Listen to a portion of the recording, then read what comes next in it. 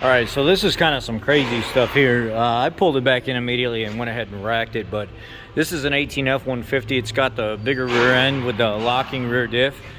When you go to put this thing in reverse and back up, sometimes even when you're going forward, this driver's side rear wheel here binds up so bad, the whole differential housing shifts with the tire and everything. You can watch it when you're backing up. The tire goes boom!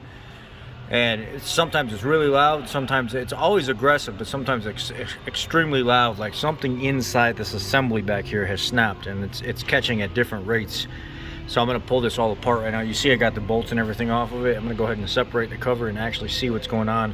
I unplugged the electronic locking rear diff, the clutch pack inside there, to see if that made a difference. It did not make a difference. I've got a feeling something snapped inside here, one of the spider gears or something like that is acting up and cracked or something, and let's get inside it and see. With the carrier bearing on that side, it's not even in the housing anymore.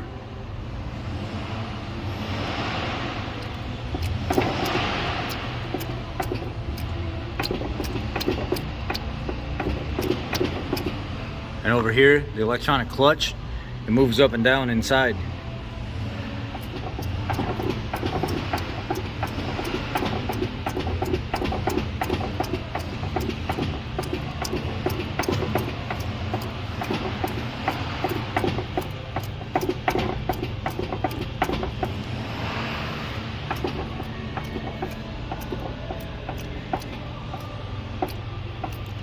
There's metal everywhere inside this thing.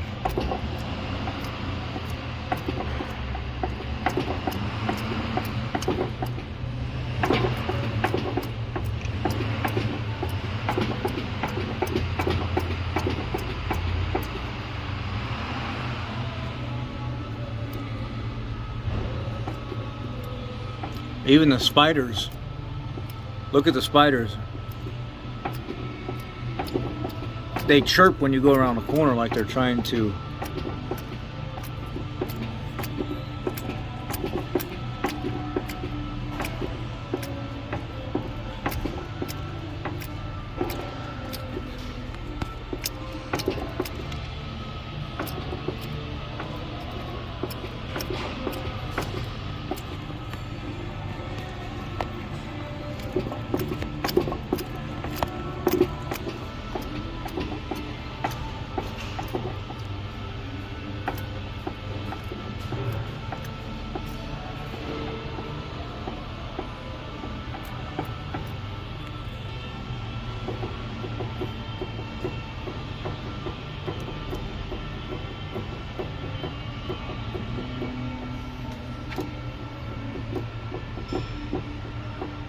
You can see the metal up inside that housing too.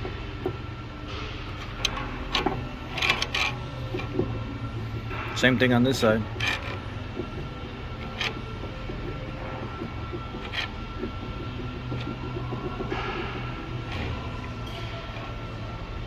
The good thing about these, to save money, what I did, just so you know, is I actually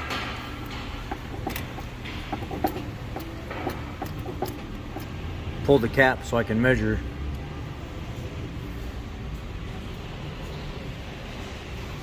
Let me zero this out.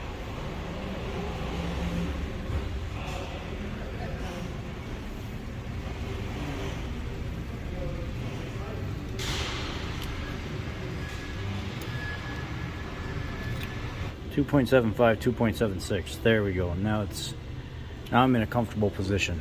All right. So I'll order that size shim, and then I'll go one size smaller as well, because they normally end up too tight. I gave them the option of just doing the carrier bearings and flushing everything out, and just doing what I can noticeably see right now as an issue. Look at the metal in here. And he said no, rebuild it. He said put a new carrier in there, put everything in there. It's a company truck.